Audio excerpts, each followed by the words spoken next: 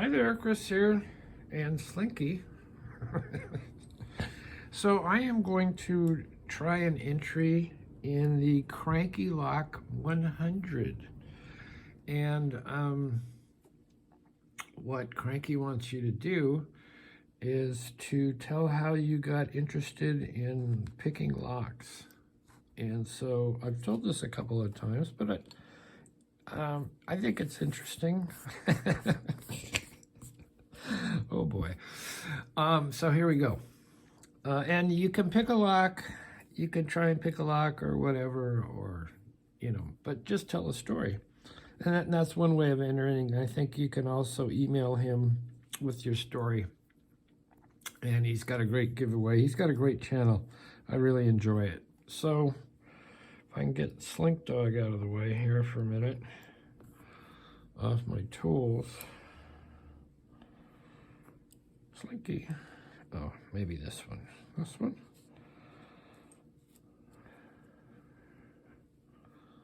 Not that one. I don't know. I'll just grab this one. And I'll try and pick this Chubb Conquest. We'll see. I don't know if I can tell the story and pick at the same time. It's a Chubb Conquest. I don't know why it has a union key, but there you go. There's the bidding. Focus. Why does it want to focus this morning? There we go. So, how did I get interested in picking locks? Now I've lost my pick tool. Hello, Slink.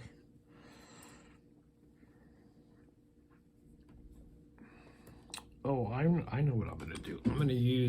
I'll use the monkey paw because that is,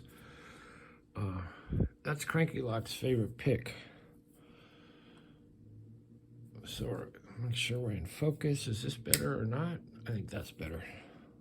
So here we go. So many years ago, I've always liked reading detective stories and that kind of thing, and mystery stories. And every once in a while, someone would pick a lock in a story, and they wouldn't have very good descriptions of what it was. But I always thought, well, that would be really interesting. How do they do that? So it started basically with, how does one go about doing that? And I remember one of the stories is it's like a burglar series. This guy's a burglar, and you kind of like him. He gets into all kinds of problems and gets trapped in places and has to hide in the bathroom while people come home unexpectedly and stuff. But he talks about, he's in New York, and he talks about Siegel deadbolts, cylinders. And he somehow got some of these. He had a few to practice on, and I can't remember where he got his picks, if he made them or if one of his friends made them up for him. But so he would practice them. And okay, we got kind of a false set going. So he would practice on these Siegel locks, and he got pretty good at it. And they were in a couple of stories and other locks. So that kind of set the seed of, how you do this. And I was at a party, I thought, okay, I understand the picks. I understand lifting the pins, but I didn't understand turning the cylinder, how you keep them there. And once you get it picked, how do you turn that cylinder? Because sometimes they're tight, or, they don't fit to the door well. Anyway. And my experience with those type of locks was, I used to have a carpentry business. And one of the things I did was a lot of custom doors. And so someone would order a custom front door, and they would want to change their lock out. And they would invariably have something like a quick set on there. And So they would want to change that out.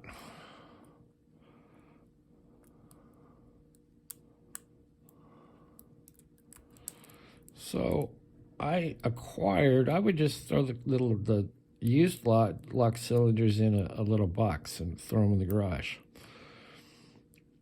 And I still didn't, I didn't have any idea I was headed towards lock picking, other than I was interested. And I was at a party once, and there was a locksmith there. And this guy was he worked a security division for one of the big studios and took care of all their locks and all that. And I said, wow, this is the guy to ask about this tension thing. How do you turn the cylinder once you get there? And he says, oh, well, there's a little thing called a tension wrench that we use. I thought, okay, cool. And I just filed that away. And then one day, I don't know, on Amazon or something, it showed lockpicks. So I thought, oh, I'll get a set of those and see if I can, get that to, see if I can do this thing. So I got the pick set. I wasn't watching YouTube or anything to learn how to do it. And I